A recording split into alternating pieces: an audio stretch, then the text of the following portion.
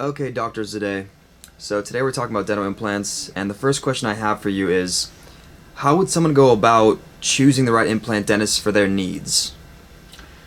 Excellent question. I think the best place to start is to ask around among friends and family if anyone has had dental implants and how their experience has been, and then do some homework. I mean, obviously these days everyone heads to Google to search about implant dentists and implant dentistry, and the ultimate test would be your interview of the dentist. So make an appointment to the dentist that the preliminary work shows is qualified to do your implant.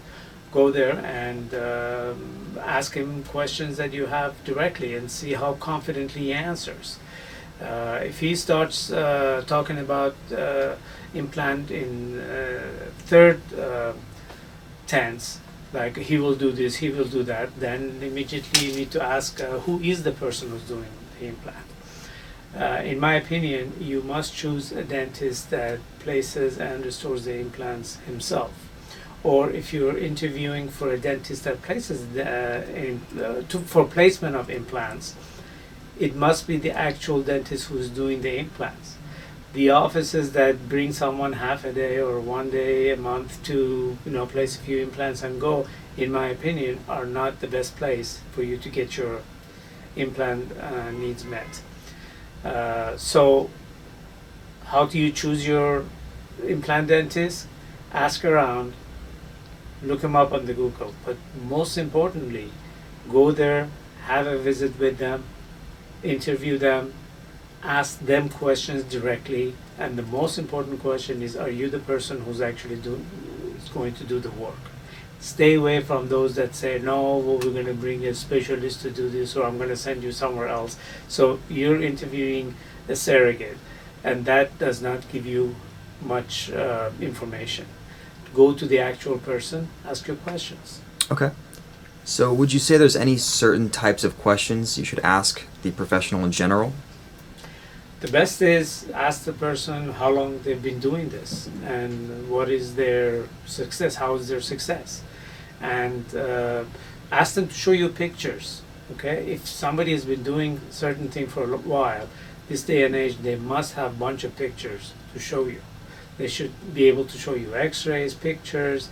In my office, anytime a person asks a question, we have either a patient before them or after them that has had similar work, and we can say, hey, such and such is that. And oftentimes, if they want to speak to that person, we go ask permission from the patient that, hey, the next door gentleman is considering doing the work that you got done. Is it okay if he says hi to you and asks you a question?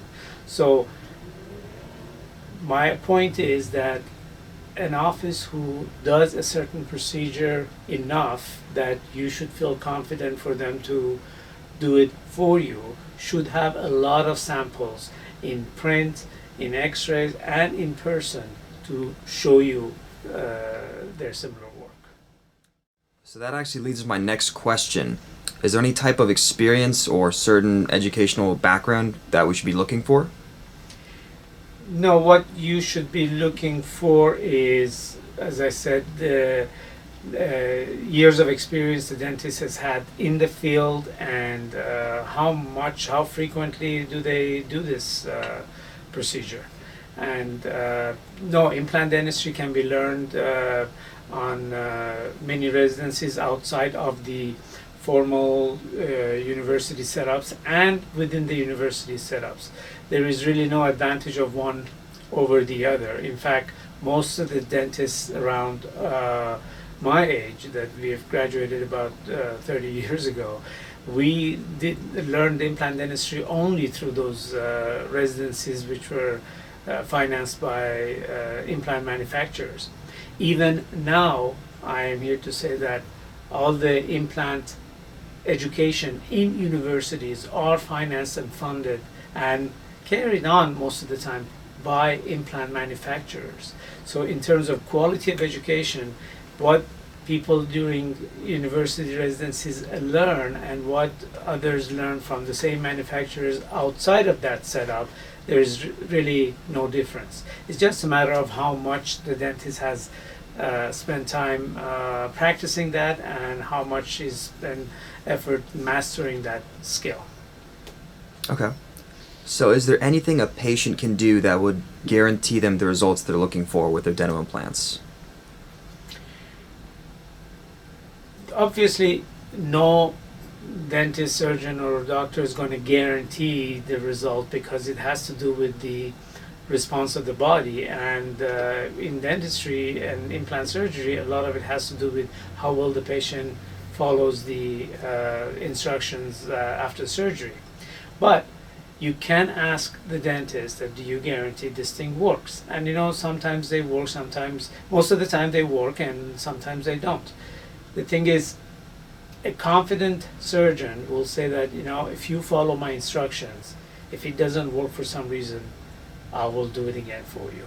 Because a confident surgeon knows the chance that that happens is very, very minimal.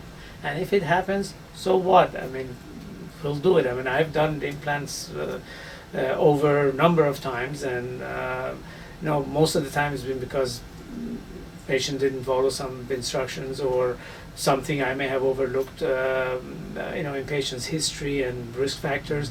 But that's not a problem. I think it's important for patient to have assurance and to have peace of mind that now that they're investing thousands of dollars for a procedure, at least they will have the desired outcome when they go through the procedure.